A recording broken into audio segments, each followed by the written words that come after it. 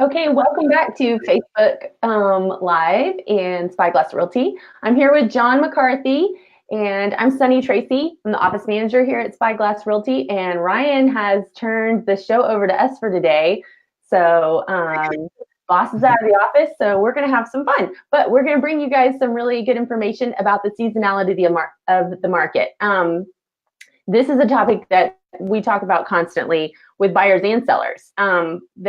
People are always coming to us and asking, when's the best time to buy, and vice versa. When is the best time to get the most money for my home if I sell? So we're going to kind of start off with a little conversation that Johnny and Ryan and I had in the office this past week to kind of set y'all up for some of our points. So, Johnny, why don't you tell them about that? Yeah, I think this is such a great topic to talk about specifically right now, and really anytime or all year long, because what we do constantly day in and day out is educate our clients with market conditions, our marketing, and how we're going to help them sell their house and sell their home. And, obviously everybody knows the spring season is the hottest time of year for real estate in a lot of markets across the country. There's a stigma that's kind of created towards the fall and winter that it's a bad market, or it's a slow market, or it might not be the best time to buy or sell. But, the reality of it is it's still a really good market, and specifically in Austin, it's just a different market. And the people that are buying homes and that are selling homes, the audience is different. So what we were talking about was, when we're sitting down and having a conversation with a homeowner that's looking to sell their home, maybe they think they're not wanting to sell their home right now because the holidays are coming up and they've got so much stuff going on. They just don't want to think about the process and how to make that happen. So they're motivated. What they need is some guidance and a little bit of education as to how to get that done. So, this time of year, there's pros and cons every time of the year to sell a home. And some of the things, like this time of year, we've got maybe, 40 working days left, 40 days until the end of the year. The last closing of the year.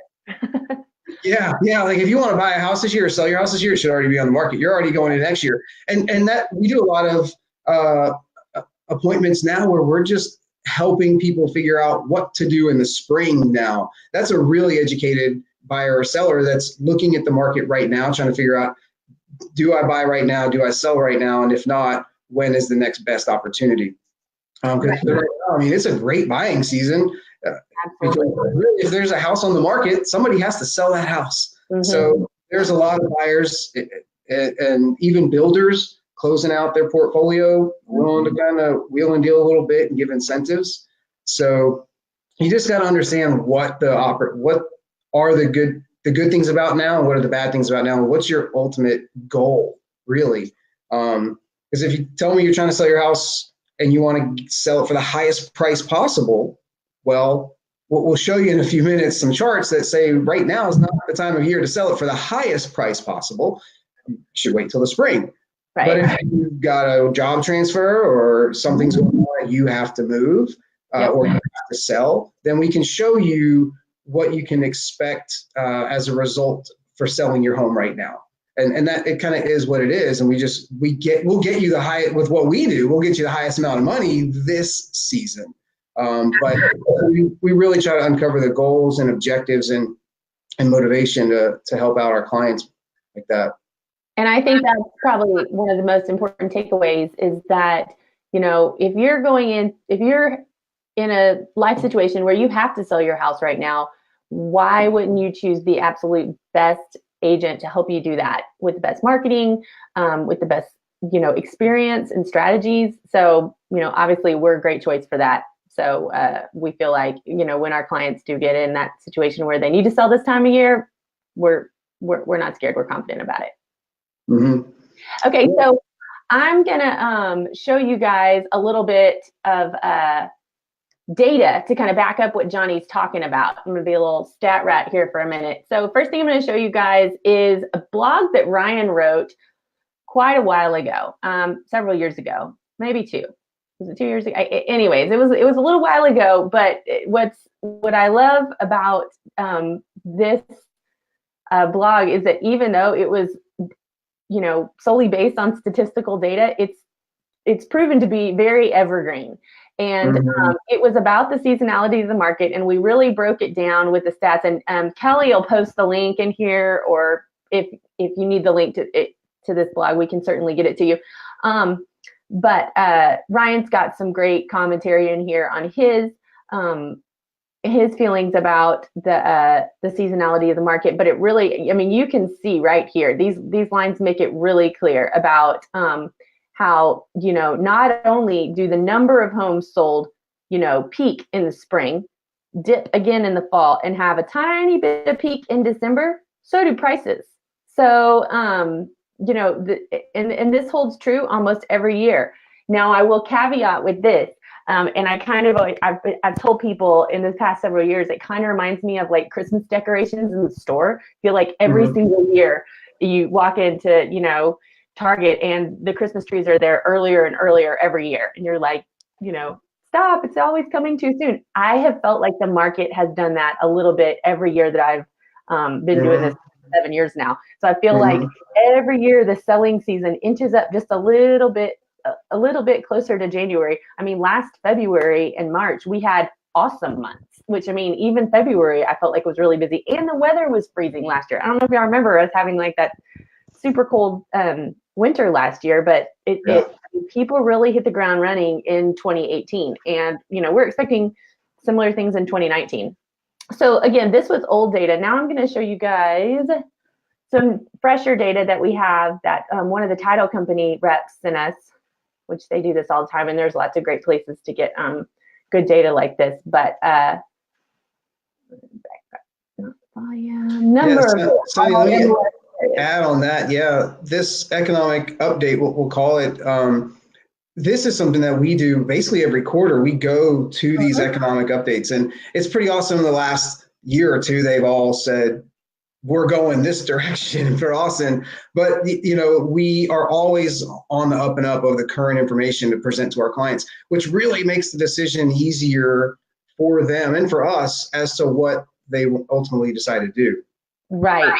It sure does. And I mean, looking back historically through this, really strong market that we've had really ever since the recession in like 07, 08, you can see on this graph that, I mean, it goes back to 2014, but I mean, look at 2018, our median prices are continuing to rise. It looks like 2017 we hit some high numbers, and this isn't median prices, sorry. This is number of home sales. But again, you've got this, real rock bottom start. And when you look at home sales, this is based on close dates. So either, the reason that there's none in January is because nobody's listing their house in December for the most part. There's just not a lot of action. There are not a lot of sellers, not a lot of buyers. But we'll talk about that again in a minute. So as you creep up towards spring, here we are in April, things start to creep up. This is when a lot of listings hit the market right here. So you see they hit the market in April. All these closings are happening in June, which is in line with what people have been talking about for years. This is a better time for people to move with school and jobs and whatnot. So that continues to ring true. But and then as things start to dip, I feel like, the action, if you will, as far as like showings, because if you list your home in September and October, most of the people that list right in here are sometimes get discouraged about, well, I'm not having any showings, or, we're not getting as much action as we thought. Which, historically, that's what this data is telling us, that there's just not as many people, because obviously September and October closings were listed in probably July and August, when the summer, the end of the summer does get pretty quiet, if you will. But this dip in November comes from this. There's not, the listings aren't really happening here, but you'll see again a peak right here at the end of the year. A lot of this has to do with investors. So there is, if you're an investor, I'm sure you're set up on a search with us, I'm sure you're seeing your duplex search start to tick and ding a lot more than it was. This is when a lot of these either wholesalers or people that have, sometimes they're fixed up, but a lot of times the more distressed type properties, people are trying to unload, take the capital gains in this year rather than next year, or whatever it may be, or do their 1030 for the next year. So we see a lot of closings right here. There's a little peak right there. And one story, so we've got a seller right now that, he's an investor and he's selling a rental home because he needs to move the money somewhere else. And we're fixing it up. We'll be listing it next week. But, him and I talked a long time about the plausibility of him closing before the end of the year. And I told him there was a chance. I mean, we're going to list it next week, so that would be tight. But there's a chance that he closes before the end of the year. And he said, well, is that happening? Wow. Is anybody really buying a home at the end of the year? And I told him, and I had never really thought about it before, but I thought back and I said, now that I actually sit here and think about it, I have been at the title company, I want to say every year on either New Year's Eve or the day before.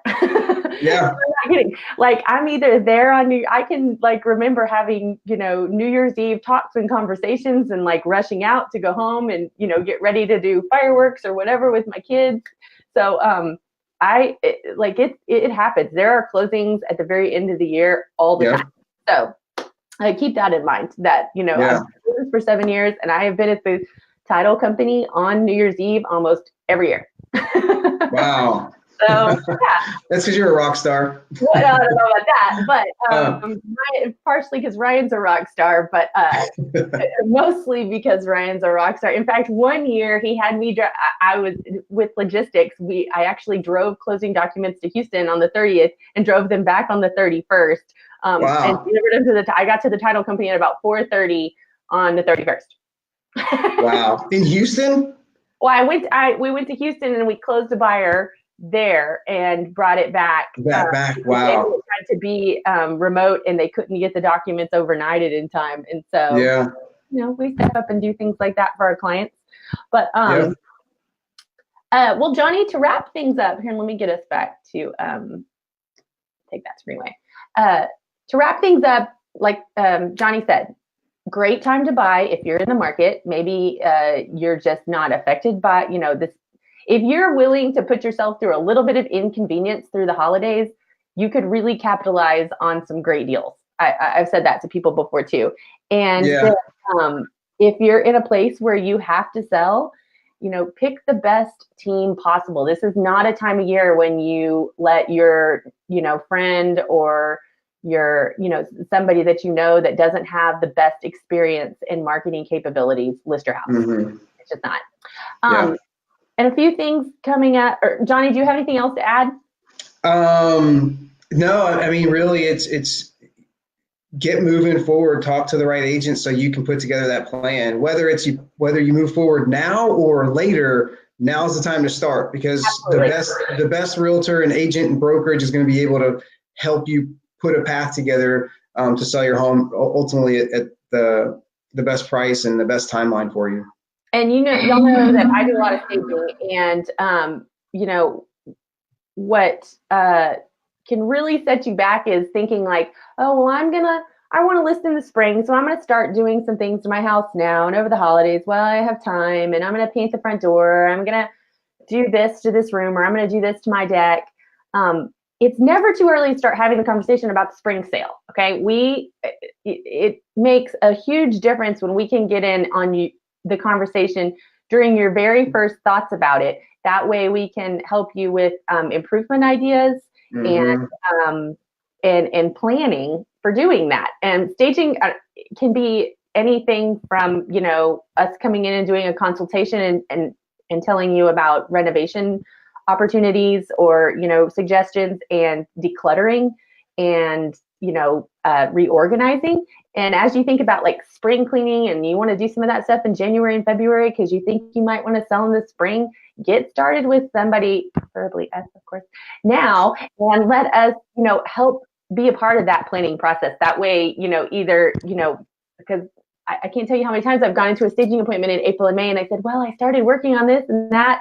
And then I made some other suggestions and people said, oh man, I wish I would have talked to you in January when I started doing all this stuff because these are really great ideas. So be thinking about that as you look at these things. a couple of notes. We've got about 3 more shows for the rest of the year. Ryan's really turned us loose on that, and we're very excited I'll be on a few more of them. We're going to have, if you're missing Matt, he'll be back next week. Him and Angelina are actually going to talk, not next week, sorry, next week Thanksgiving, but the week after that is November 30th. Matt and Angelina are going to talk about information for first-time home buyers. So this will be super information for anybody that's never bought a home, or even if it's been a long time, you never bought a home in Texas.